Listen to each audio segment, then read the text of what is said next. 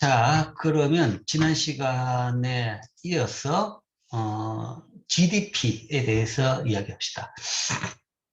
일단 다른 나라하고 비교해서 우리나라 GDP, 우리나라 경제 수준이 어느 정도냐, 덩치 면에서 아니면 빈부 면에서 또 봤습니다. 그리고 세계적인 다른 나라의 현황도 좀 봤죠.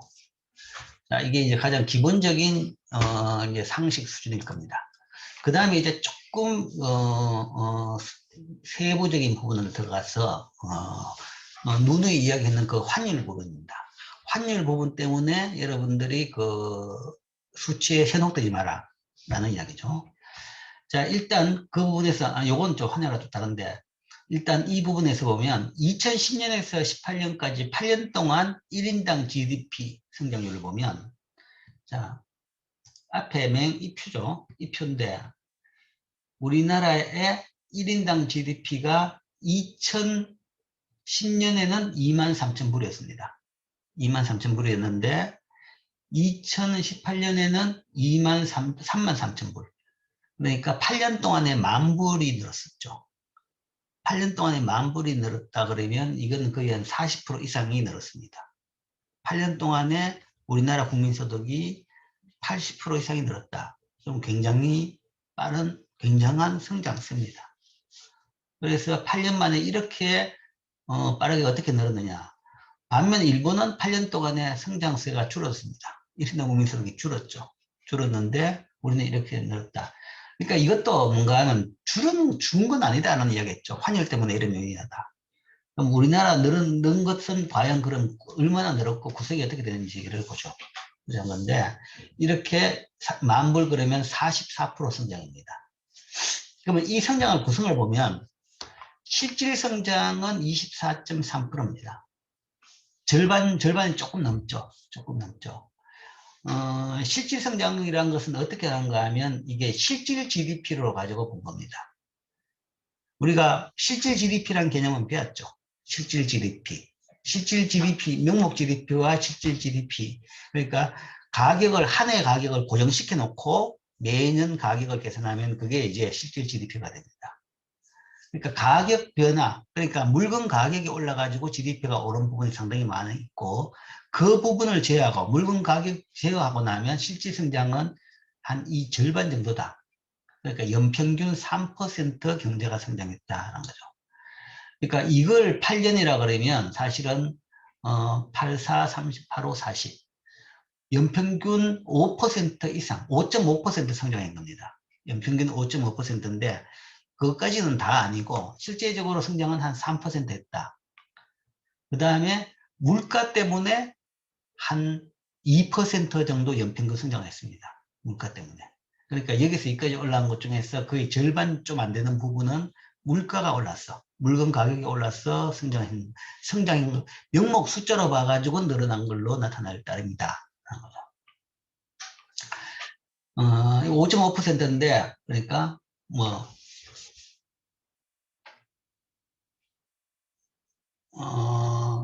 예를 들어서, 그러니까, 연평균으로 3은 이 정도고, 2는 이 정도고, 그 다음에 환율의 변화. 환율이 이 두 기간 보면, 이때 환율은 1달러당 1,156원이었습니다. 그런데, 이때, 2018년의 환율은 1달러당 1,101원입니다. 즉, 55원이 떨어졌죠. 자, 환율이 55원이 떨어졌다. 이게 어떤 뜻이냐? 라는 거죠.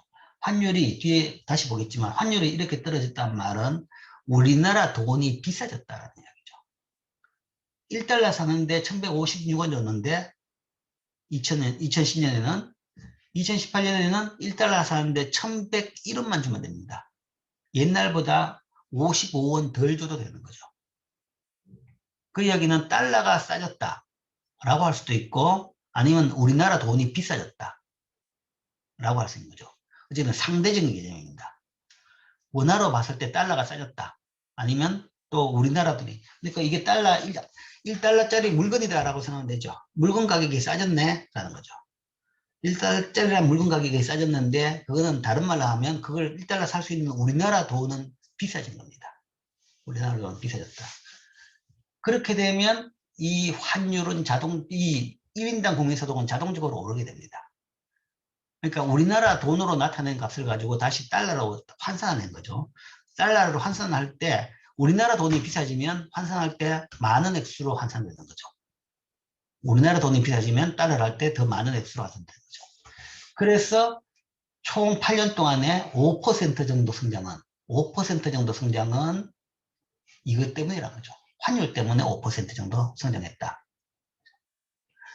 그러니까 가만히 있어도 1인당 국민소득은 통화가치만 올라가면 우리나라 돈가치만 올라가게 되면 1인당 국민소득은 올라가게 됩니다. 그러면 그게 사실 우리나라 국민들한테 좋냐 그러면 국내에 살고 있는 우리나라 국민한테는 별 차이가 없어요. 잘 몰라요. 물론 이제 디테일하게 한다 그러면 그게 그것 때문에 수입 물건 가격이 떨어져 가지고 조금 더 나은 부분이 있을지는 모르겠지만 그건 아주 미미한 것이고 우리나라 국내에 사는 사람은 달러로 뭐 내가 받는 월급 액수가 우리나라 돈으로 나타나는 액수가 중요한 거지. 그리고 우리나라 돈으로 나타나는 1인당 GDP가 중요한 거지. 달러로 나타나는 GDP가 우리나라 돈으로 나타나는 GDP가 변화가 없는데 달러로 나타나는 GDP만 늘어났다고 해가지고는 전혀 관계가 없습니다.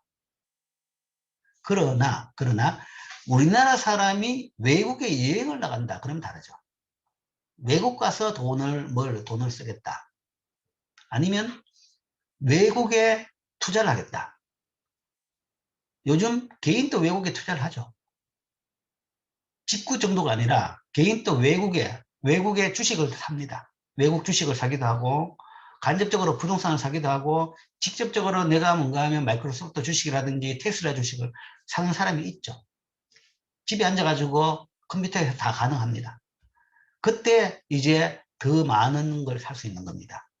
옛날에 똑같은 액수의 우리나라 돈 가지고 더 많은 달러 베이스 어떤 자산을 살 수 있는 거죠. 주식이든지 아니면 여행 가서 더 많은 돈을 뭔가 여행을 더 싸게 갈 수 있는 것이고 아니면 여행을 더 돈을 그러니까 뭔가 돈 대비 뭔가 하면 더 좋게 갈 수 있는 거죠. 그러니까 국내에 있을 때는 차이가 없습니다. 차이가 없는데 이제 외국에 나갈 때는 물론 차이는 있죠. 근데 이제 외국하고 관련된 부분은 전체에서 뭔가 우리나라 쓰는 사람의 비중은 그렇게 많지는 않습니다. 그래서 실제적으로 이걸 평가할 때는 달러 베이스로 평가한 것은 별로 의미가 없고 우리나라 베이스로 평가한다. 이렇게가 44% 올랐는데 실제적으로 이 중에서 그러니까 요가 5%죠. 그거 빼고 나면 이 성장이 40%가 채 안 된다. 40%가 채 안 되고 그 중에서도 거의 뭐 절반 정도는 거의 물가 때문이고 실제적으로 한 반 정도만 실질 성장이다. 성장을 했는 것이다. 그래서 1인당 GDP가 성장을 했다고 달러가 나타나는 1인 GDP가 성장했다고 그 퍼센트대로 내가 잘 살아줘야 된다라고 생각할 수 있는 건 아닌 거죠. 그래서 이 값에는 이런 여러 요인들이 그 연관되어 가지고 나온 숫자다라고 해가지고 그걸 잘 발라 가지고 해석을 할 수 있어야 됩니다. 그 다음 이 관련돼 가지고 한참 떠들던 이야기입니다. 지금 이제 쑥 들어갔죠. 쑥 들어가는 것이 이제 뭐 목표가 달성됐으니까. 한 10년, 15년 전부터 나온 이야기가 항상 1인당 국민소득 3만 달러는 언제냐 이야기가 나옵니다. 그래서 뭔가 지상 목표 같은 그런 개념으로 신문에 툭하면 기자들이 이런 기사를 쓰더라고요. 그래가지고 딱 보면 이제 어떻게 되느냐 2017년에 아마 2017년에 3만 불이 달성됐을 겁니다. 그리고 2018년은 1인당 국민소득이 3만 3천 불입니다. 2018년은 3만 3천 불. 3만 3천 불이 됐는데, 그래서 이제 3만 불이 된 거죠. 그런데 이제 2010년 2만 3천, 2014년 2만 9천, 4년 만에 2만 9천 올랐죠. 그런데 2016년에 2만 9,296. 그 다음에 이렇게. 자, 이게 이렇다는 이야기죠. 2년 동안에 1인당 GDP가 변화가 거의 없죠. 경제가 뭐였냐라는 건데, 이것도 이제 여러 가지 요인이 있었기 때문에 그렇습니다. 경제가 변화가 없는 건 아닙니다. 1인당 GDP 우리나라 돈으로 하면 3천만 원에서 3,400만 원으로 10%나 성장했습니다. 그렇다고 사람들이 10% 더 잘 사는 건 아니고 이것도 한 절반 정도는 실제 성장했는 거고 절반은 물가 때문에 되겠죠.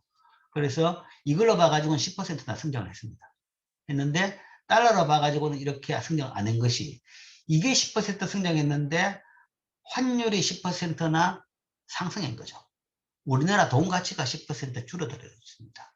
이때는 1달러 사는데 한때는 그러니까 이게 연평균입니다. 2014년 평균이 1053원 줬습니다. 1053원을 줬는데 2016년에는 1160원을 줘야 될 때가 된 거죠. 그러니까 또 달러의 가치가 이렇게 높아져 버리니까 결국은 달러로 평가해 보니까 이건 차이가 없더라. 10% 성장해봐야 달러 가치가 10% 올라 버리니까 달러로 나타낸 1인당 GDP는 변화가 없더라. 그래서 그런 차원에서는 뭐 그러면 뭐 경제 정책을 잘못해가지고 3만 불을 곧 떼야 되는데 못 뗐다. 이런 이야기를 하면 안 되는 거죠. 그러니까 그거하고 관계가 없는 이야기입니다. 물론 환율이 이렇게 됐는데 환율 정책을 잘못했느냐? 근데 그것도 아닙니다.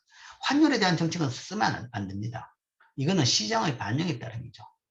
그건 개입을 할 수 있는 것이 아니라 개입하는 경우에 그거 자체가 더 큰 부작용을 일으킵니다.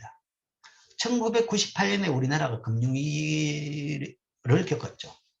그게 왜 그런 일이 발생했느냐?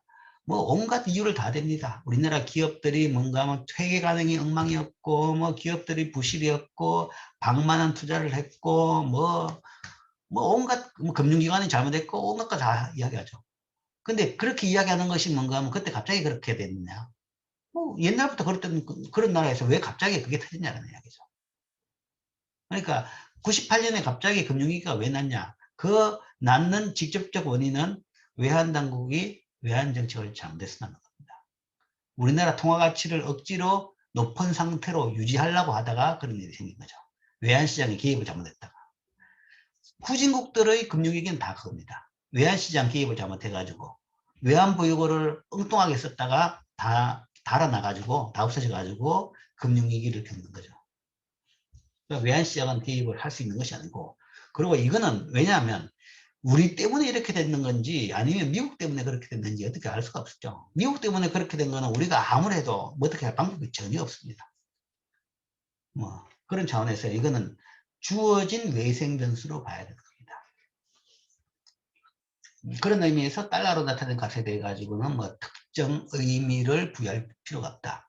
3만 불이 됐다고 잘 사는 것도 아니고 3만 불이 안 됐다고 해가지고 못 사는 것도 아니다 라는 이야기죠. 아마 최근에는 다시 또 원화 가치가 또 떨어지죠. 떨어져가지고 원래 아마 작년 GDP는 다시 또 뭔가 하면 3만 불이 안 될 수도 있다. 뭐 이런 이야기까지 나옵니다. 그렇기 때문에 이 값보다는 분명히 더 떨어지게 나올 겁니다.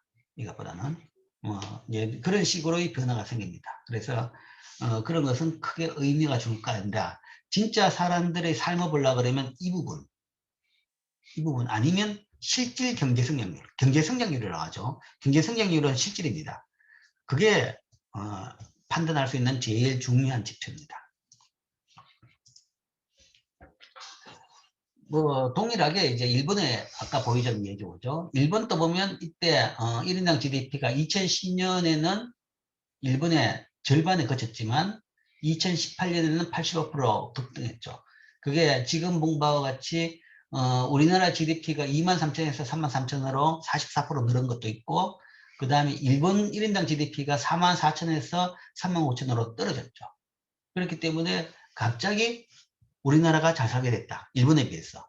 일본은 못 살게 됐고 우리나라는 더 잘 살게 돼가지고 일본하고 격차가 확 줄었다라는 건데, 이 원인도 제일 큰 원인은 엔화가 88엔에서 110엔으로 올랐기 때문에 그런 것이다 하는 거죠. 실질적으로 그 차이는 크지는 않은 겁니다. 하는 건데, 뭐 좀 더 뒤에서 본다 그러면 사실은 이때 23,000 대비 44,000, 이게 뭔가 하면 이때 일본 엔화 가치가 너무 높아가지고 PPP로 와가지고 이렇게 격차가 안 났습니다. PPP로.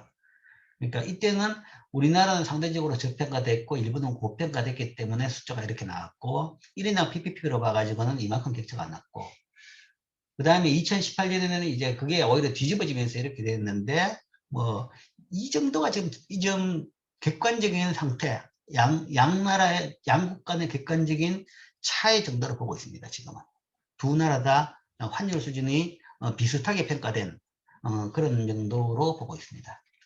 그 이야기는 8년 동안에 급격히 우리나라가 발전한 것은 아니고 옛날에 값이 뭔가 하면 조금 지금 보기에는 적정하지 못하게 평가된 부분이 있다. 그런 차원에서 예를 들어 가지고 PPP로 볼 때 GDP가 크게 저평가된 나라들은 라는 이야기죠. 그러니까 이 같은 경우에 23,000이 우리나라가 상당히 저평가되어 있던 겁니다. PPP로 보니까 확 올라갔죠. 올라가는데 이제 그게 이제 어떤 경우냐 그러면 대부분 후진국은 그렇다라는 이야기입니다. 후진국이라는 것이 뭐 후진국 개념이라기보다는 물건 가격이 싼 나라. 그러니까 국내 물건이 뭐 세계 시장 가격 아니면 뭐 선진국의 가격에 비해 가지고 싼 나라 같은 경우에는 PPP가 저평가되죠. 그러니까 일본 1인당 GDP가 PPP GDP보다는 상당히 저평가됩니다. 객관적인 값에 비해 가지고는 1인당 GDP가 저평가되죠. 그리고 PPP 1인당 GDP로 계산해 보면 값이 확 올라가게 되죠. 그것은 대부분 그 나라 물건 가격이 이 기준국가에 비해 가지고 싼 경우에 이제 그런 일이 생깁니다. 그래서 1인당 GDP 가지고 빈부를 판단하는 것은 조금 무리가 있다. 1인당 PPP GDP 가지고는 이제 현재 우리가 가지고 있는 지표 중에서는 가장 객관적으로 국가 간의 빈부를 판단할 수 있는 지표입니다. 자, 이 GDP를 통해 가지고 뭐 예를 들어서 국가의 힘, 국력을 평가했고, 그 다음에 1인당 GDP, 1인당 PPP GDP를 가지고 빈부를 이야기했습니다. 빈부라고 이야기하면 그것을 우리가 경제적인 후생 수준 이야기합니다. 잘 살고 못 살고. 그럼 이게 후생 수준을 측정하는 좋은 지표일까라는 이야기죠. PPP든 뭐 1인당 그냥 GDP든 다 GDP에서 시작한 거죠. GDP로 나타낸 GDP에서 시작한 이 값들이 경제적 후생 수준을 측정하는 좋은 지표인가 라는 것에 대한 고민과 논쟁과 대안 모색이 사실은 몇십 년 전부터 이루어졌습니다. 자, 이런 것을 주로 하는 기관이 어디냐 그러면 이런 기관들은 그러니까 모든 경제 사회 지표는 UN에서 만듭니다. UN이라는 기관을 여러분 들어봤는데 그 뭐 하는 기관이냐 싶은데 물론 이제 정치적인 뭐 상임이사국 이사회도 있고 뭐 그런 것도 있지만 그런 것보다 실질적으로 더 중요한 일을 하는 것은 이런 지표를 만드는 거죠. 왜 UN이 그 지표를 만드냐 그러면 지표라는 것이 기준이 동일해야 됩니다. 그래야지 나라 간의 비교가 의미가 있는 거죠. 나라 간의 지표가 나라마다 뭔가 집계 기준이 다른다 그러면 그 나라 간의 비교가 의미가 전혀 없습니다.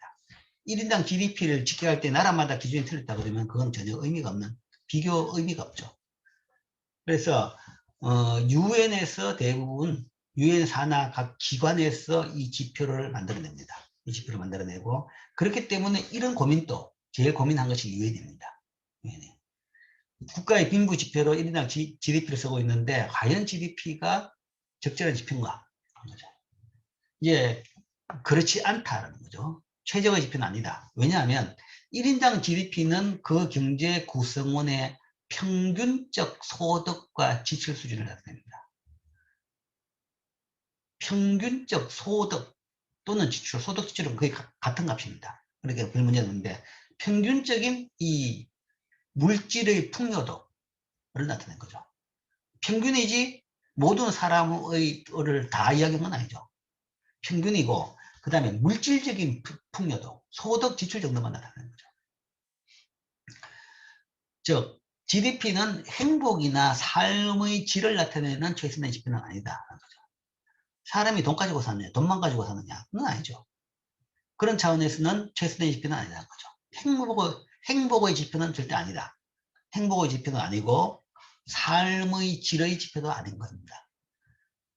단지 평균적인 물질적 풍요의 지표일 따릅니다. 그 다음에 평균적이라는 이야기는 동일한 평균을 가져도 어떤 나라는 빈부가 심하고 빈부격차가 심하고 어떤 나라는 좀 더 형평성이 높은 나라 이런 나라도 있을 수 있다는 거죠. 그렇기 때문에 그거는 이제 다른 예를 들어 가지고 소득 분포 나타내는 지표를 이용해서 다시 평가해야 될 부분이지 이 하나 가지고 그까지는 못한다. 그렇죠? 그럼에도 불구하고 몇십 년 전부터 고민을 했는데도 불구하고 여전히 1인당 GDP 이게 1인당 PPP GDP가 경제적 후생 수준의 최선의 지표로 쓰고 있습니다. 뭐 어쨌든 뭐 최선 또는 차선의 지표로 쓰고 있습니다.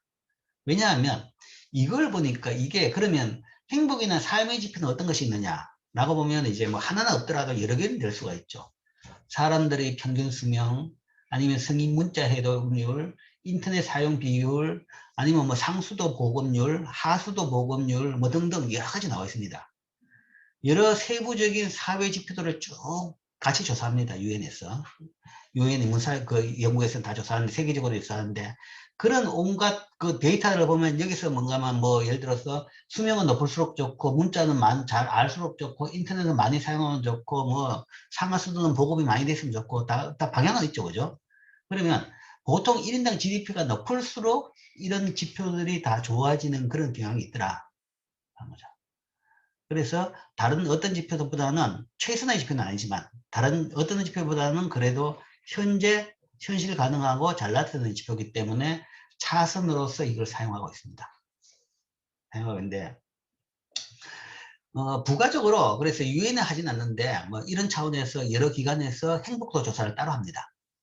따로 하는데 자 나라별로 당신은 행복합니까? 라는 조사를 해봅니다.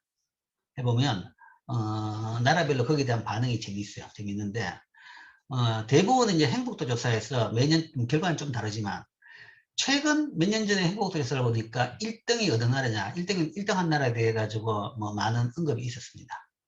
부탄이 1등을 했어요. 부탄이 히말라야에 있는 조그만 나라입니다. 히말라야에 있는 조그만 나라고 왕정국가입니다. 왕정국가고 좀 독특하죠. 전왕이 뭐 나이가 그렇게는 많지도 않는데 젊은 20대 왕자한테 왕위를 넘겨줘가 지금 이제 젊은 왕자가 지배를 하고 있는 나라입니다. 나라인데 뭐 어떤 전부터 그랬지만 그 부탄이 왜 그래 사람들이 행복하게 생각하느냐 그러면 그 나라는 완전 불교 국가입니다. 완전 불교 국가고 거의 집안에서 뭔가 애를 넣으면 하나 정도는 꼭 성녀가 되는 나라죠. 성녀가 되고 다들 뭔가 하면 독실하게 불교를 믿고 산에 가가지고 내 절하고 부처님한테 절하는 그런 그런 나라입니다. 1인당 국민소득은 현재 세계에서 제일 낮은 나라입니다. 1인당 국민소득은 세계에서 제일 낮고 제일 낮은데 불구하고 사람들이 행복하냐 그러니까 다들 제일 행복하다고 그러는 거죠. 물질적으로는 가장 가난한 나라입니다. 그럼에도 불구하고 사람들이 제일 행복하다는 거죠. 그게 행복한지 아닌지는 주관적인 이야기죠. 그러니까 물질적인 것은 없더라도 뭔가 하면 종교적으로 믿음이 충만하면 그건 또 행복한 거죠. 그리고 저렇게 사는 것이 뭐 좋으면 또 그렇죠. 그 나라는 상당히 그 전제적인 왕정이기 때문에 자연은 상당히 구속이 됩니다. 외국인 여행도 굉장히 엄격하게 제한합니다. 그래서 외국인 여행을 받기는 받는데 받으면 반드시 내국인 가이드가 동행을 해야 됩니다. 그래서 감시 감독과 갈 수 있는 위치가 북한 여행하는 거 비슷하다고 생각하면 돼요. 그런 식으로 뭔가 상당히 전제적이고 그런 나라임에도 불구하고 국민들은 행복하다는 이야기죠. 그리고 그 나라는 전 국민 무상교육, 무상의료입니다. 근데 1인당 국민소득이 그렇게 낮으니까 의료 수준은 굉장히 낮은 거죠. 굉장히 낮더라도 어쨌든 그렇습니다. 그리고 그러면 그 나라는 산업이 뭐가 있냐? 산업이 별로 없어요. 헐벗은 히말라야 산맥에 있는 국가이기 때문에 산업도 별로 없고 주로 이제 그 소득의 원천은 인도 영향권에 있는데 인도에서 이 수력발전소를 지었습니다. 그래서 그 수력발전소에서 나오는 전기를 인도에 파는 거죠. 인도는 이제 그런 식으로 수력발전소 지어가지고 전기를 조달하고 그 다음에 그 나라를 자기 편으로 유지를 하고 있는 이제 그게 하나의 거. 그러니까 인도가 지은 수력발전소에 나오는 전기 판매량, 인도에 판 그 돈과 그 다음에 관광이죠. 그래서 관광 비용은 꽤 비쌉니다. 꽤 비싸고. 그러니까 사람들이 신기하니까 부탄이 많이 가죠. 우리나라 사람도 이제 간 사람들이 종종 나오더라고요. 그래서 이제 그런 걸로 통해 가지고 그 나라는 그런 돈을 조달해 가지고 전 국민 무상 교육과 무상 의료를 하는 거죠. 그런데 이제 보니까 이제 이런 것들 있죠. 그 행복의 또한 기준이 평등도 좋더라. 수준이 낮더라도 다 낮으면 괜찮다는 얘기죠. 그러니까 의료 수준이 낮더라도 뭐 다 낮으면 거기에 대한 불만이 적은 거고, 적다는 거죠. 국민소득도 그런 겁니다. 국민소득도. 격차가 낮으니까 뭐 또, 그 다음에 또 그 나라는 특히 이제 종교적인 이유 때문에, 종교적인 신념 때문에 굉장히 행복도가 높게 나타나죠. 그래서 이제 그런 예가 하나 있다. 그런 것이고, 그건 이제 한 나라의 특이한 예고, 그 다음 일반적으로 행복도가 높게 나타나는 나라는 어디냐 그러면 많은 나라들이 카리브 연안에 있는 나라들입니다. 카리브해라 그러면 미국 남부, 플로리다 남부, 그러니까 중미라고 이야기하겠죠. 미국 남쪽, 그 다음에 남미 북쪽에 있는 그 바다에 있는 섬 나라들. 그런 나라들이 대부분 다 사람들이 행복하다고 반응합니다. 국민소득은 낮아요. 낮아도 행복하다. 자, 그 추세를 쭉 보니까 어떤 나라냐? 대부분 태양이 따뜻하게 내리쬐는 나라들이 행복하다고 생각합니다. 뭐, 레게 음악이 나와 있고, 음악이 발전되어 있고, 사람들이 흥이 넘치고, 잘 놀죠. 잘 놀고, 태양이 항상 따뜻하게, 강하게 내리쬐고, 북쪽으로 동구, 그러니까 북구 유럽, 굉장히 선진국들이죠.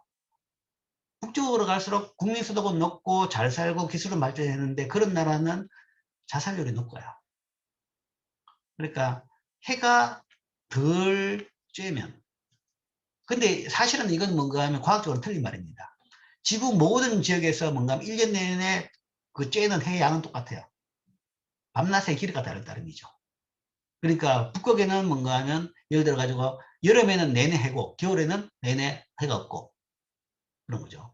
그게 이제 밤낮 길이가 다 다른데 총량은 똑같은데 어쨌든 사람들은 깨 있을 때만 생각하니까 뭔가 하면 어쨌든 해가 많이 비추는 나라는 사람들이 행복하다 생각하고 해가 적게 비추는 나라들은 오히려 더 우울하고 불행하고 소위 블루 이미지 뭐 이런 것들이 있고 그러니까 행복이라는 것은 이제 상당히 주관적인 이야기입니다. 주관적인 이야기라서 뭐 그 지표를 만들어내기는 쉽지가 않은 문제가 돼요. 유엔에서 그런 고민 때문에 한 10몇 년 전에 20년 전에 노벨상을 수상한 세계적인 스카들을 여러 명 끌어모아 가지고 우리 1인당 GDP보다 더 좋은 좀 삶의 지표를, 행복 지표를 만들어 달라.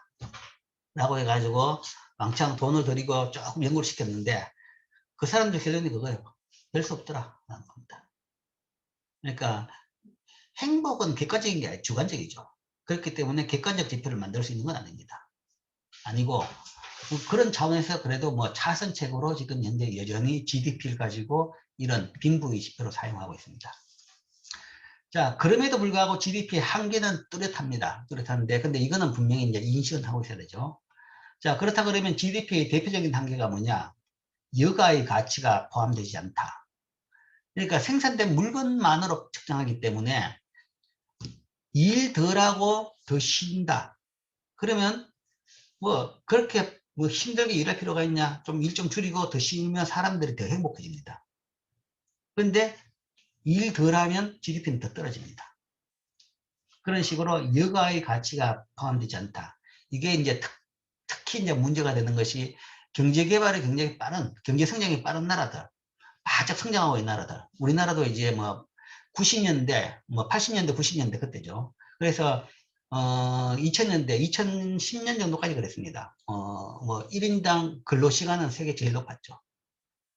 뭐 그걸 통해 가지고 성장을 했는데 요즘에는 이제 그게 확 떨어졌습니다. 지금 옛날 데이터 가지고 여전히 그런 이야기 하는데 지금은 사실은 우리나라 1인당 근로시간이 뭐 이제 어느 정도 선진국 중간 정도로 떨어졌습니다. 중간 정도로 떨어졌죠. 그러니까 그런 경우에는 일 너무 많이 하고 좀 높아도 뭐 별 문제 뭐 그게 행복이냐라는 그 문제는 제기할 수 있는 거죠. 여가 가치가 포함되지 않다. 그 다음에 환경의 가치가 포함되지 않다라고 하기 때문에 1인당 GDP 가지고 그 비판을 많이 합니다. 잘 살아서 뭐하냐? 잘 살면서 뭔가 하면 발전을 위해 가지고 환경이 훼손됐는데 라는 이야기하죠.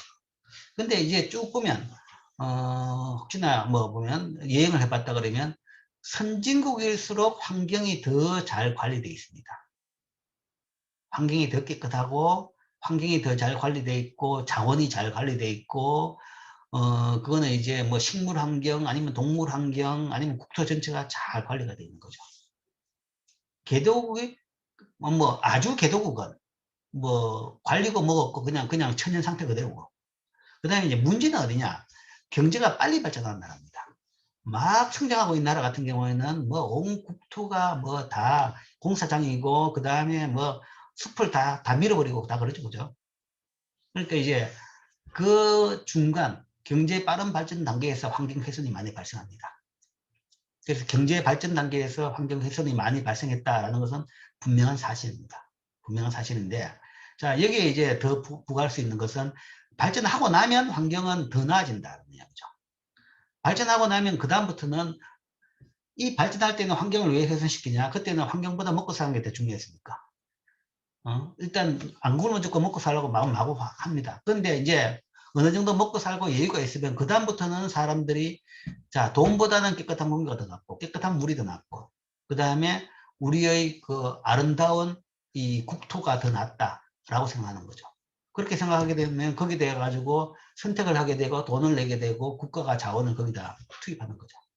그렇기 때문에 지금 현재 뭐 예를 들어 가지고 선진국은 여유가 이제 된 나라, 선진국이 된 나라 같은 경우에는 환경이 그 나라 옛날보다 훨씬 더 나아진 거죠.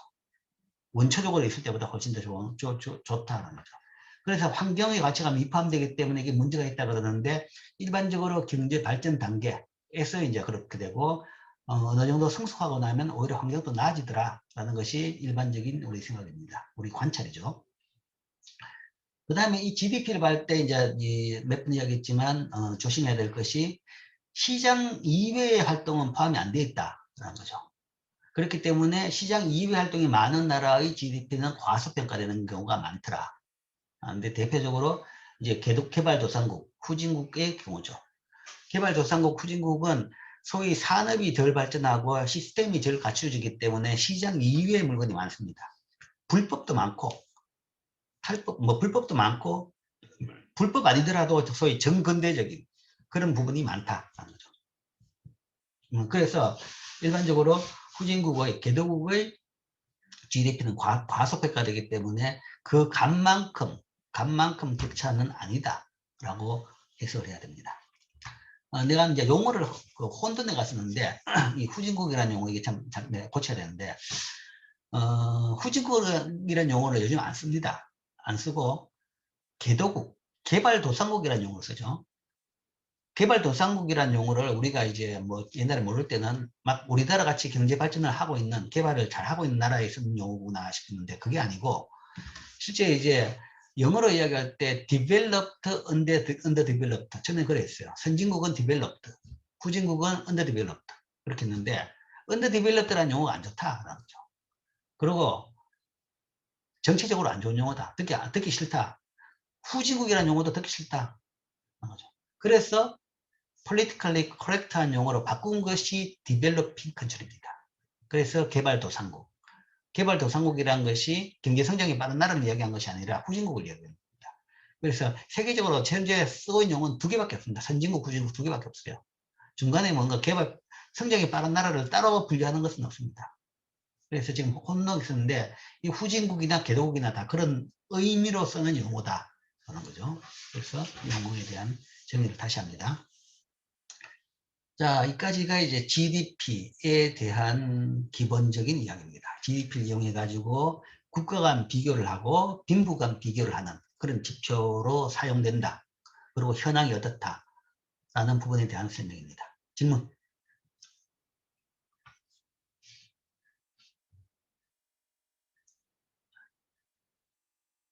자, 질문이 없으면 다음으로 넘어가겠습니다. 자, 이제는 이제 세계하고 비교가 아니라 우리나라 내에서의 추세 변화를 다루겠습니다.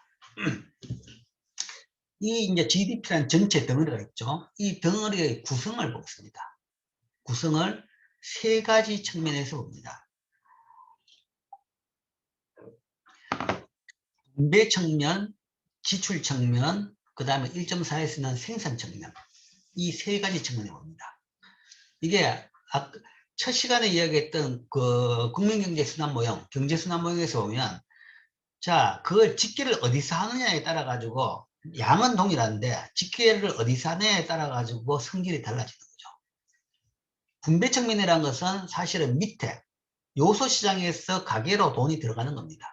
가계가 자본과 노동과 땅을 기업한테 빌려주고 거기에 대해 가지고 반대급부로 받는 것이 뭐 이자 배당금 아니면 뭐 임금 아니면 이제 지대 이런 걸 받죠.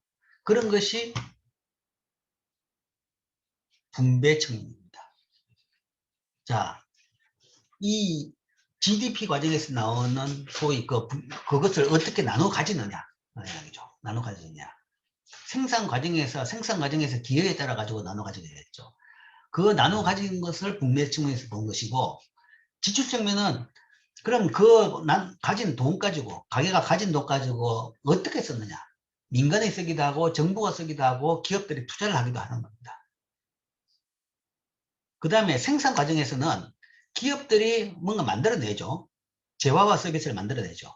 어떤 걸 만들어내냐라는 거죠. 농산물, 뭐 아니면 광산물, 아니면 제조업 그러면 또 종류가 많죠. 자동차, 배, 아니면 학용품, 뭐 아니면 식당에서 밥, 뭐 모든 거, 이용, 미용, 뭐 그런 것들 다 기업이 만들어내는 거죠. 뭐 그런 것들을 이제 산업별로 어떤 걸 만들어내냐. 이렇게 볼 수 있는 겁니다. 다 결국은 총액은 동일합니다. 동일하는데 분배 부분에서 어떻게 나누어 볼 것이냐, 지출 부분에서 아니면 생산 부분에서 이렇게 세 부분으로서 나누어 가지고 그 구성이 어떻게 되어 있고 그 구성이 어떻게 변하는지를 보겠습니다. 자, 먼저 분배 측면에서 보겠습니다. 분배 측면에서 보면 GDP가 2019년 GDP가 1919조 원입니다. 1919조 원. 이 얼마나 많은 숫자인지 잘 모르겠죠. 100만 원 그러면 많은 돈인데 100만 원, 1000만 원 그러면 많은 돈인데 억 그러면 이게 무슨 돈이냐 싶죠. 그죠? 근데 억이 만 개면 조입니다. 조고. 이건 조가 1900개죠. 1900조 원입니다.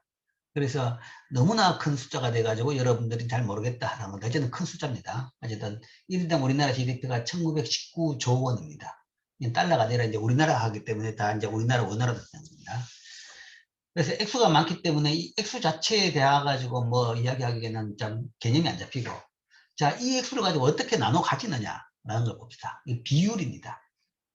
그래서 결국은 이걸 나눠 가지는데 가지는 측면에 보면 피용자 보수, 영업잉여, 고정자본 소모, 생산 및 수입세, 그 다음에 보조금 공제고 그렇게 나눠 가집니다. 그렇다 그러면 이거 4개를 합치고 이걸 빼버리면 합이 100이라네요. 100%. 퍼센트로 나타냈습니다. 숫자로 나타내면 그 뭐 사실 별 의미가 없으니까 잘 모르겠으니까 그냥 100분율로 퍼센트 이 전체 가지고 이렇게 각각 나누어 가지는 퍼센트로 나타냈습니다. 네. 자, 용어가 좀 생소하겠죠. 그래서 일단 용어부터 먼저 설명하죠. 피용자 보수라는 게 뭐냐? 피용자 보수라는 것은 피용자, 고용된 사람, 피고용자, 피용자 또는 피고용자라고 이야기합니다. 고용된 사람, 근로자에 분배되는 부분입니다. 근로자에. 자, 그럼 근로자는 블루칼라만 이야기하냐? 그게 이제 블루칼라, 화이트칼라, 그 다음에 CEO까지 다 포함입니다. CEO 월급도 다 여기 포함됩니다. 기업이란 그런 단체에 포함돼 가지고 CEO 아니면 뭐 이사들 급여까지도 다 피용자죠. 그래서 그들의 분배되는 부분이 바로 그게 피용자 보수. 여기에 분배되는 부분. 그 다음 두 번째 영업잉여는 투입된 자본에 분배되는 부분입니다. 그러니까 기업이란 것은 사람을 고용하고 자본을 빌려와 가지고 기업 활동을 해서 생산하죠. 그 자본을 빌려온다는 것은 그 자본은 그 당시 필요한 돈을 빌려온 것이 아니라 실제적으로 그 회사 공장을 만든 모든 돈이 다 포함되는 겁니다. 소유권이 회사에 있든 어디 있든 다 나눠보면 결국은 가게에서 다 빌려온 돈입니다. 소유권은 다 거기 있는 거죠. 그래서 그 모든 돈에 대한 이 기업원에 대해 가지고 분배하는 부분이라는 거죠. 투입된 자본에 분배되는 부분이고, 이거는 이제 이익이 발생하면 배당금으로 주고, 그 다음에 또 필요하면 투자를 하고 또 사내유보로 남기는 등으로 사용됩니다. 그래서 이런 것들이 영업잉여로 생각합니다. 영업 결과 나온 자본의 몫이다. 노동자의 근로자한테 돌아가는 부분, 그 다음에 뭐 쉽게 이야기하면 조금 부정확하지만 쉽게 이야기하면 근로자한테 돌아가는 부분, 그다음 자본에 돌아가는 부분. 이걸 영업잉여 이렇게 봅니다. 그래서 피용자 보수 영업잉여. 자, 이걸 보면 영업잉여였고 설명하기 전에 요걸 또 합시다. 가장 생소한 용어가 이겁니다. 고정자본 소모일 겁니다. 고정자본 소모라는 용어가 나오죠. 여기에 고정자본, 세 번째 고정자본 소모. 고정자본 소모라는 것은 투입된 기계, 건물 등 고정자본이 마모되는 것으로 감가상각된 부분을 의미한다. 감가상각이라는 용어가 또 등장했죠. 이게 뭐냐? 모르는 사람도 있을 겁니다. 이 감가상각이라는 것은 기업이 보유한 건물, 기계, 설비 등 고정자산의 대부분은 기업의 수익 활동에 계속 사용되면서 시일의 경과에 따라 자본 가치가 점점 소모됩니다. 자, 기계를 샀다. 그러면 그 기계가 지금 공장에 돌아가고 있는데 그 기계의 가치가 얼마냐? 처음 살 때 10억짜리 기계를 샀다. 그런데 1년 지나고 나가지고 쉽게 생각하면 중고시장에다가 팔면 얼마냐? 뭐 8억이다. 그러면 1년 동안에 그 기계 가치가 2년 없어진 겁니다. 2년 지나고 나면 6억이다. 그러면 2년 동안에 4억 가치가 없어진 겁니다. 뭐 그런 식으로 가치가 없어지죠. 그 왜 시장에서 중고는 가격을 싸게 파느냐? 가격을 깎아 팔아야 되느냐? 그만큼 기계의 뭔가 가치가 떨어진 거죠. 내구 기한이 줄었다든지 고장 가능성이 높아진다든지 아니면 뭐 신기기에 비해 가지고 뭐 효율성이 떨어진다든지 그런 요인 때문에 깎이는 겁니다. 그러니까 중고 가격이 그래 팔린다는 것은 현재 공장에 앉아가지고 돌고 있는 기기도 그 기기 가치 평가한다 그러면 처음에 살 때의 가치가 아니라는 얘기죠. 그리고 어느 순간이 되면 결국은 그 기체는 버리고 새 기계로 바꿔야 됩니다. 그 부분이 감가상각입니다.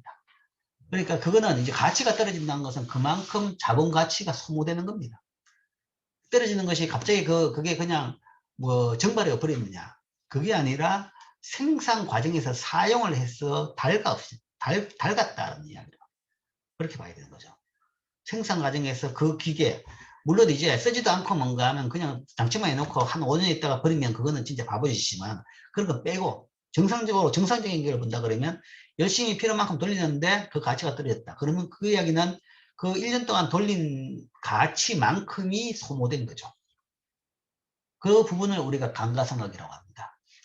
이 소모되는 가치는 그에 해당하는 부분만큼 매 영업연도의 비용으로 이제 계산해야 되는 거죠. 그래야지 예를 들어서 5년 만에 기계가 바꿔야 된다. 그러면 매년 기계 때문에 소모된 부분을 계산해가지고 가지고 있어야지 5년 뒤에 새 기계로 바꿀 수 있는 거죠.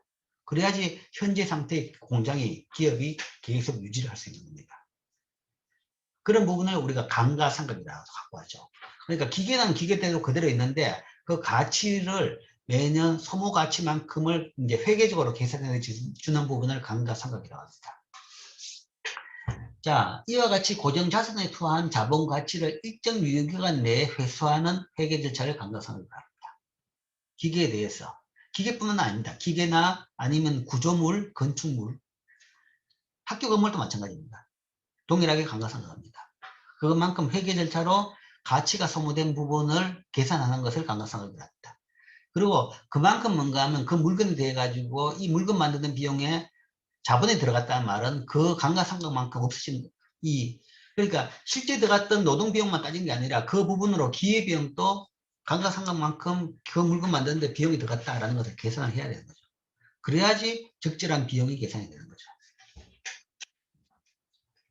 그래서 이 회계 절차의 감가상각을 하는데 이 감가상각 연수는 일반적으로 기계류는 5년, 건물은 종류에 따라서 20에서 40년 정도를 합니다. 그래서 대부분 이제 물론 이제 성질에 따라 가지고 기계도 굉장히 차이가 날 겁니다. 어떤 건 5년, 어떤 건 10년 쓸 수 있는 것도 있고 어떤 거는 뭐 한 3년 만에 바꿔야 되는 것도 있을 겁니다. 있지만 너무 세분하게 하기는 힘드니까 대부분 5년으로 합니다. 5년으로 해가지고 매년 그 처음에 구입 가격의 20%만큼을 비용으로 공제를 할 수 있게 합니다. 근데 이제 그게 어떤 의미냐 그러면 사실은 뭐 기업인이 자기 기업의 생산 과정의 올바른 파악을 위해서 그걸 쓸 수는 있겠죠. 뭐 쓸 수 있는데 주관적으로 쓸 수는 있겠지만 그것보다 이게 주로 사용되는 것은 세금 문제 때문에 그렇습니다. 세금 문제 때문에 그런데 실제적으로 이제 뭐 투자가 있었다 그러면 그 다음에 생산 과정이 있었다. 그러면 생산에서 원래 비용은 빼줍니다. 기업에 대해 세금을 매길 때는 기업들이 기업 활동을 해가지고 비용 빼고 이익이 생기면 이익에 대해 가지고 법인세라는 세금을 받게 됩니다. 이익에 대해서. 만든 비용은 빼줘야지 뭔가 기업이 유지가 되니까. 그러니까 비용을 빼고 그러니까 매출에서 비용을 빼고 남는 것을 기업의 이익이라고 합니다. 순이익. 이익이라고 하는데 그 중에서 이제 거기에 따라 가지고 퍼센트에 따라 가지고 세금을 X에 따라 가지고 세금을 이제 부과를 하죠. 몇 퍼센트씩. 뭐 19% 하기도 하고 29% 하기도 하고 이런 식으로 세금을 부과합니다. 그런데 이제 비용을 어디까지 공개하느냐라는 이야기죠. 인건비 같은 경우는 바로바로 액수가 됩니다. 그런데 기계도 쓰는 거죠. 기계도 사용을 했는 거죠. 그렇기 때문에 그걸 인정을 해줘야 되는 거죠. 해주기 때문에 그 인정에 대해 가지고 국세청에서 이제 이런 식으로 이제 보통 대부분 나라 그렇습니다. 국세청에서 그런 용도로 쓰기 때문에 여기에 대한 감가상각 연수를 고정을 해줍니다. 고정을 해줘 가지고 매년 이만큼 할 수 있다는 거죠.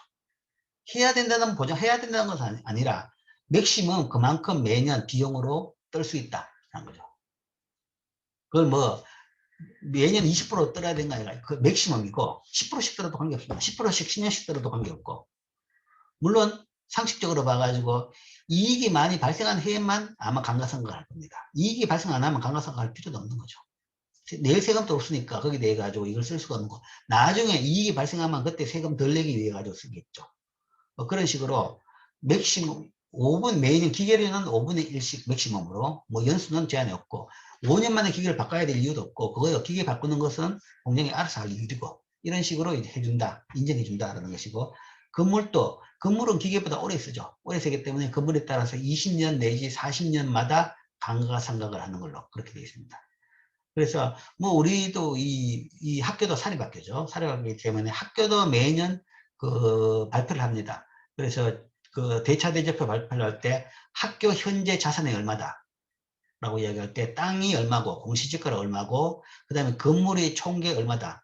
그러니까 건설 때 들은 비용에다가 뭔가 감가상각을 해가지고 지금 현재 몇 년 됐기 때문에 얼마 돼가지고 이 가치는 얼마다 라고 해가 모든 건물을 합쳐가 건물 가액이 얼마다. 그 다음에 뭐 비품은 얼마이다. 뭐 책상은 몇 개고 전자교통은 몇 개고 그것도 감가상각해가 가치를 이렇게 평가하고 그런 식으로 이제 모든 상태를 이제 평가하는데 이런 용도로 씁니다. 그런 과정에서 소위 소모시키는 것을 우리가 감가상각이라고 합니다. GDP를 만들기 위해 가지고는 우리나라 생산하기 위해서는 공장들이 모든 설비들이 그걸 썼습니다. 여러분들 교육을 하기 위해서도 현재 우리 학교도 뭔가 하면 감가상각을 하는 거죠. 이 지었던 건물을 사실은 40년, 가치의 40분의 1만큼을 매년 쓰고 있는 겁니다. 그리고 이제 그만큼 준비를 해야지 다음에 건물이 부실하게 되고 오래되면 이제 다시 허문다든지 고친다든지 그런 비용을 이제 충당을 해야 되는 거죠. 그런 차원에서 이제 하는 것이 이제 감가상각입니다. 고정자본 소모. 즉 감가상각을 하기 위해서 쓴 고정자본 소모가 되는 거죠. 즉 현재 GDP 생산 중에서 47%가 근로자 또는 피용자한테 돌아갑니다. 47%, 절반 조금 안 되는 부분이죠. 그게 이제 일한 사람한테 돌아가고, 그 다음으로 많이 돌아간 부분이 영업이익료로 한 24%, 자본한테 돌아가는 몫이 한 24% 정도, 24%고, 그 다음에 고정자본 소모, 생산 과정에서 사용됐던 자본이 한 20%가 됩니다. 여기에는 아까 얘기한 같이 기계류, 공장들, 기업들의 기계류가 있고 그 다음에 학교 같은 데서의 이런 기관에서의 이런 고정자본 소모도 다 계산되고 그 다음에 국가 전체의 SOC까지 다 포함됩니다. 공항, 그 다음에 도로, 항만 이런 것들 다 구축물 시설이죠. 그런 것들도 감가상각을 다 합니다. 국가 단위 국부 계산을 매년 합니다. 그만큼을 써가지고 이 우리나라의 GDP, 도로를 그만큼 사용해가지고 이런 GDP를 다 만든 거죠. 그런 걸 다 합쳐가지고 지금 이제 이게 우리나라 GDP 20% 정도가 지금 고정자본 소모 용어로 지금 쓰여지는 것이다. 거죠. 그 다음에 이제 세금으로 10%, 전체 10% 정도가 써져 있습니다. 세금은 사실은 이제 여러 채널로 통해서 오는데, 여기는 이제 생산 및 수입세, 그러니까 생산 관련된 부분이 생산 과정에서 내는 세금입니다. 그거는 이제 기업이 내는 생산 과정에서 법인세죠. 법인세하고, 그 다음 수입이란 것은 국내 생산이 아니라 외국 생산이라 그러면 관세죠. 관세. 관세로 들어오는 그런 세금. 부분이 이제 이 정도. 전체에서 10%가 되는 거죠. 뭐, 이거 두 개는 어쩔 수 없더라도, 어쨌든 이게 근로자 몫이 한 47%, 영업이익, 자본의 몫이 한 24%, 뭐 이런 정도가 된다라고 할 수 있죠. 자, 이게 현황이고, 뭐, 보조금은 이 수입세 중에서 다시 또 오는 거니까 뭐, 무시해도 되고, 액수도 얼마 안 되고. 그 다음에 이제 이 추세를 봅시다. 변화를 쭉 보면, 현재가 이렇지만, 이 1970년대에 비해 가지고 어떤 추세를 보이느냐? 피용자 보수는 33, 39, 43, 41, 42, 46. 뭐 왔다 갔다 하지만 쭉 보면 늘어납니다. 이제 근로자의 몫은 더 늘어난다라고 볼 수 있죠. 이게 뭐 CEO의 몫이 늘어나서 그런지 뭐 그래도 숫자는 얼마 안 되니까 어쨌든 피용자 보수는 옛날에 비해가 점점 더 늘어난 추세다. 반면에 영업이익요. 그럼 어디서 늘어났느냐? 영업이익, 자본의 몫은 옛날에 절반이었습니다. 절반이었는데 40%, 33%, 30%, 20%대까지. 자본의 몫은 점점점 줄어들었다. 자, 그게 이제 혹시나 이제 오해하고 있는 사람이 있을지 모르는데, 옛날에 비해 가지고 뭐 근로에 대한 착취가 더 늘어나고 자본이 더 많은, 그러니까 혹시나 칼 막스의 자본론을 읽어본 사람들은 이 반대로 생각하게 됩니다. 칼 막스의 자본론을 읽어보면 자본주의가 왜 망하느냐 보면, 소위 경제가 발전하면 발전할수록 그 이윤율이 경향적 저하이기 때문에, 이윤율이 떨어지기 때문에 더 착취를 해야 된다. 그러면 더 착취를 하다 보면 결국은 근로자들은 더 참을 수가 없어가지고 결국은 봉기를 해가지고 자본주를 잡으면서 자본주의는 망한다라는 이야기죠. 근데 이제 현실은 보면 그 반대로 움직였다는 거죠. 근로자의 몫은 오히려 더 늘어나고 자본의 몫은 더 줄어들었다는 거죠. 근데 이제 왜 이렇게 됐느냐? 자본가가 옛날에 비해가 철이 들었어? 아니면 자본가가 더 옛날에 비해 가지고 성인 문제가 돼서 그러냐? 그건 절대 아닙니다. 이건 경제적인 현상입니다. 그래서 이런 이 정치적인 현상, 사회적인 현상으로 가져갈 건 전혀 아니죠. 이게 경제적인 현상인데, 왜 그러냐 그러면, 뭐 좀 복잡한 이야기지만 쉽게 이야기하면, 상대적으로 이 사람이 부족하면 임금이 오릅니다. 사람이 부족해졌기 때문에 이렇게 임금이 오른 겁니다. 근로자의 몫이 커진 겁니다. 사람이 왜 부족해졌냐? 인구는 계속 늘었는데 일자리에 비해서 사람이 부족한 거죠. 공장에 비해가 사람이 부족한 겁니다. 이때 사람이 많아봐야 대부분 실업자고 대부분 농촌에서 아무 일 안 하는 거죠. 아무 일 안 하는 건데, 도시에는 그러니까 이때는 그래도 사람이 상대적으로 많았습니다. 실업자가 많았고 실업률이 낮을지 몰라도 농촌에 유효 인력이 많았죠. 그죠? 언제든지 공장에 자리가 만들어지면 올 사람들이 굉장히 많이 있었던 겁니다.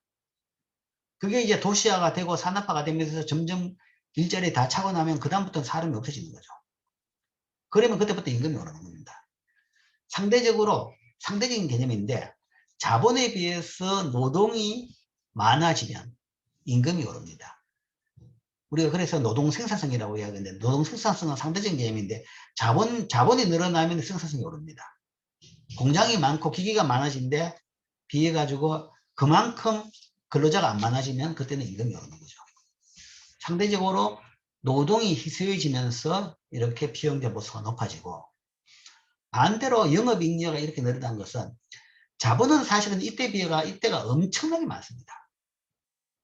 투하엔 자본은 비교할 수가 없어요.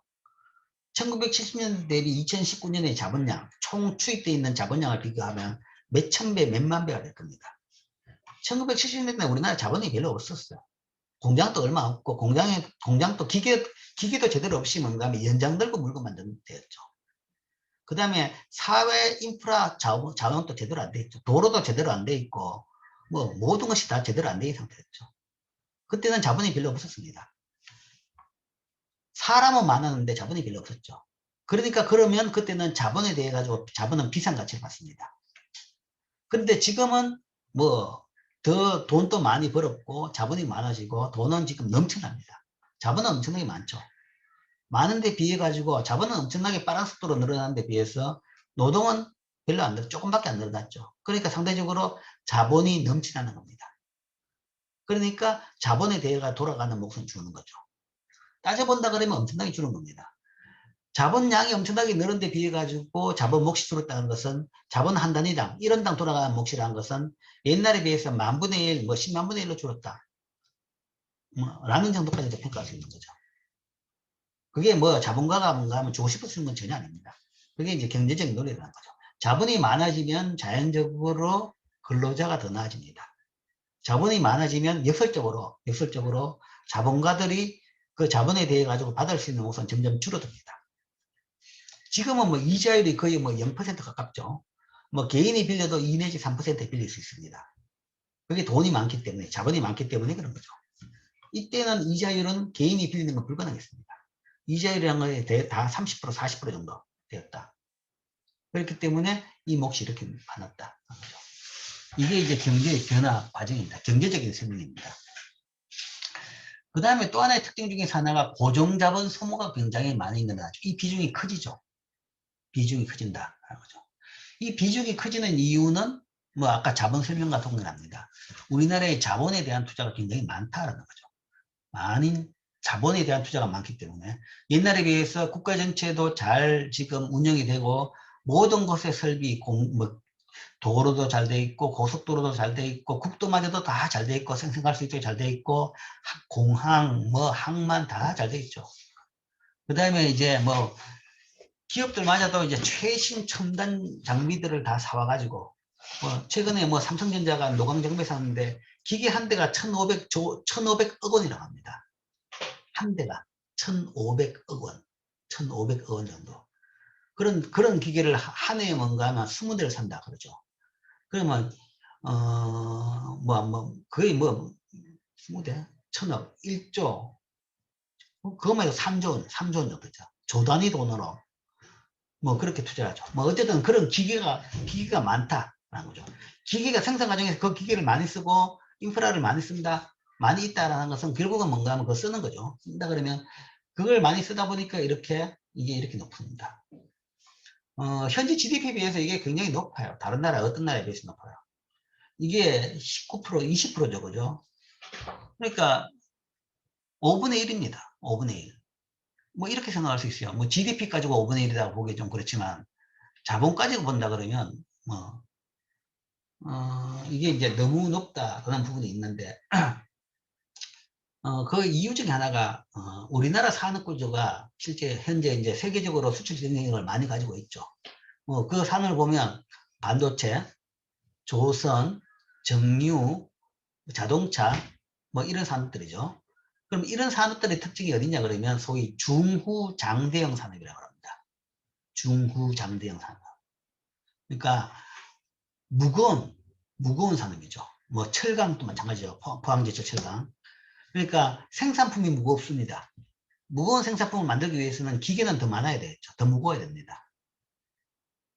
그러니까 우리가 지금 주 경쟁력을 가지고 있는 산업들은 장치 산업에다가 온갖 시설을, 장치와 큰 시설을 해놓은 그런 산업인 거죠. 그런 시설이 있어야지 만들어지는 산업입니다. 포항제철의 엄청난 고로가 있어야지 거기서 샘물이 나와서 철강 제품이 나오는 겁니다. 그럼 그 철강 제품을 이용해 가지고 현대자동차의 그 엄청난 긴 생산 라인을 통해 가지고 기계가 만들어지는 거죠. 그 다음에 자동차 만들기 위해 가지고 엔진을 만들기 위해서는 온갖 거참 중후장대형 산업인 거죠. 뭐 조선은 하물며 더 말 그대로 그냥 눈에 볼 필요도 없이 뭐 엄청난 중후장대입니다. 조선이란 것은 쇠판 들고 붙이는 용접 산업이 조선입니다. 물론 이제 디테일한 기계적인 뭐 어려운 부분도 있겠지만 총양적으로 봐가지고는 거의 뭐 그렇게 분리하는 게 제일, 현재 우리나라가 조선산업의 경쟁력이 제일 있는 것이 이 용접 능력이 제일 뛰어나다라는 이야기죠. 쇠판을 붙이는 능력이 제일 뛰어나기 때문에 조선의 능력이 제일 뛰어나다라는 걸로도 해석하기도 합니다. 반도체 같은 경우에는 옛날에는 뭐 그냥 경공업으로, 전자제품은 경공업으로 분류했죠. 그러나 라디오 만들고 TV 만드는 건 경공업일 수 있습니다. 그러나 지금 반도체 만드는 건 경공업이 아니죠. 아까 말한 대로 그 노광 장비 한 대, 1,500조 되는 장비, 1,500억 원 하는 장비, 이런 거. 엄청난 이 클린룸을 만들어 가지고 엄청난 대부분 기계로 만듭니다. 사람은 별로 개입을 안 해요. 기계로 만들어 가지고 그게 최종 제품까지 나오는 겁니다. 즉 우리나라 대한민국이라는 공장이라는 것은 굉장한 엄청난 설비를 가지고 있는 공장인 겁니다. 다른 나라에 비해서 엄청난 설비를 많이 가지고 있는 공장이죠. 그렇기 때문에 이 고정자본 소모가 많다. 그 설비가 있기 때문에 설비는 매년 기계비는 5분의 1씩 매년 없어지는 거죠. 그렇기 때문에 그만큼 생산 과정에서 비용이 많이 들어옵니다. 그 이야기는 생산 과정에서 비용이 적게 드는 나라에 비해 가지고 우리나라 GDP는 과대평가된다 라고 볼 수 있습니다. 그러니까 뭐 쉽게 이야기해 가지고 유럽의 많은 나라들은 특히 남유럽 나라들은 주산업이 관광입니다. 이탈리아, 스페인 관광이죠. 관광산업은 별로 이 기계료가 별로 필요 없죠. 시설이 별로 필요 없습니다. 뭐 도로는 좀 돼 있어야 되겠죠. 돼 있어야 되겠지만 어쨌든 뭐 생산 과정에서 감가상각이 그렇게 많이 되는 그런 기계는 필요 없습니다. 물론 이제 과거 유적을 어떻게 평가할 것이냐. 과거 유적은 사실은 인데 평가가 안 되죠. 그러니까 그런 건 있겠지만. 그래서 그런 데 비해 가지고는 우리가 이런 고정자본 소모가 많은 편이다. 그리고 이게 옛날에 비해서 이렇게 높아졌다라는 것은 이제 그만큼 성장을 하면서 많은 산업에서 기계와 인프라와 그걸 잘 갖췄다라는 이야기죠. 그렇기 때문에 이 많은 비용이 들고 있다라는 것이고, 그 이야기는 뭐 지금까지는 좋았지만 뭔가 이 비용이 항상 있다라는 것은 우리가 이제 또 하나의 짐은 됩니다. 매년 이 정도 잘 생산해 가지고 이만큼 비용을 감당 못하면 그 다음에 이 대한민국이라는 공장의 질이라든지 아니면 품질이라든지 규모는 점점 줄어들게 되는 거죠. 그런 부분이 있다. 그 다음에 이제 뭐 이 기업에 대한 세금 같은 경우에는 생산 과정 세금이기 때문에 이건 별 차이는 없습니다. 별 차이 없고 별 차이 없이 한 10% 정도 전으로 이렇게 왔다 갔다 합니다. 실제적으로 세금은 GDP에서 여러분들이 우리나라 전 국민이 부담하는 세금은 한 20%가 채 안 됩니다. 그 이야기는 지금 여기 이야기는 10% 생산 과정에서 기업에 부과하는 세금이 있고, 그 외에 이제 근로소득세라든지 아니면 뭐 간접세, 부가가치세, 아니면 기름에 대한 내는 세금 뭐 이런 것들이 있기 때문에 그런 걸 다 합치면 나머지 절반 정도가 된다라는 거죠. 그래서 그 세금 내역은 다음에 다시 한번 보겠습니다. 그래서 분배 측면에서는 뭐 이런 식으로 되더라. 자, 그걸 다시 정리하면 용어는 배웠죠. 피용자 보수, 영업익료에 대해 배웠죠. 자, 이 두 개의 추세를 보면 피용자 보수의 비중은 늘어나고 있더라. 1970년대 비해 가지고 지금 그 값은 다 비중이죠. 100% 백분율 비중인데 그 비중이 옛날에는 뭔가 하면 거의 뭐 20% 30%였는데 지금 거의 한 45% 정도까지 늘어났죠. 반면에 영업익료 비중은 줄어들고 있다. 50%에서 지금 한 25%로 줄어들었습니다. 자, 이게 왜 이런 일이 생기느냐? 이거는 순전히 경제적인 현상입니다. 자본 축적으로 자본의 생산성이 낮아지고, 자본이 축적되면 자본의 양이 는다 그러면 생산성은 낮아집니다. 자본의 양이 늘면 자본 한 단위당 생산성은 낮아지는 거죠. 생산성이 낮아진다는 것이 기술이 퇴보한다는 것은 전혀 아닙니다. 자본의 양이 늘면 자동적으로 떨어집니다. 반면에 노동의 생산성은 높아집니다. 그 이야기는 자본이 는다는 것은 기계를 더 많이 쓰는 거죠. 그러면 1인당 만드는 물건은 더 많아지는 거죠. 그래서 그게 반영돼 가지고 이런 피용자 보수가 늘어나고 영업익료가 줄어드는 추세가 발생하는 겁니다. 발생해서 뭐 과거 한 40년 동안 빠르게 발전했는데, 빠르게 이게 변화했는데 이제는 변화했는 만큼 변화했습니다. 지금부터는 이제 이 변화 속도가 굉장히 느릴 것이다 정도로 볼 수 있어요. 그 다음에 고정자본 소모에는 아까 이야기했죠. 마모된 부분이다. 고정자본 소모가 커지고 있더라. 커지고 있는데 과거에 비해서 굉장히 커지고 있더라. 이것은 생산 과정에서 자본이 많이 사용되었기 때문에 그렇다. 그러니까 우리나라 전체 대한민국이라는 공장이 국가 전체의 인프라를 포함해 가지고 그다음 기업들의 공장, 생산 설비 이런 것들이 옛날에 비해 굉장히 많이 투입되면서 자본의 양이 늘었기 때문에 고정자본 소모가 굉장히 높은 그런 경제가 된 셈입니다. 그것이 이제 분배 측면으로 봐가지고 현재 우리나라 경제의 변화고 지금 현황입니다.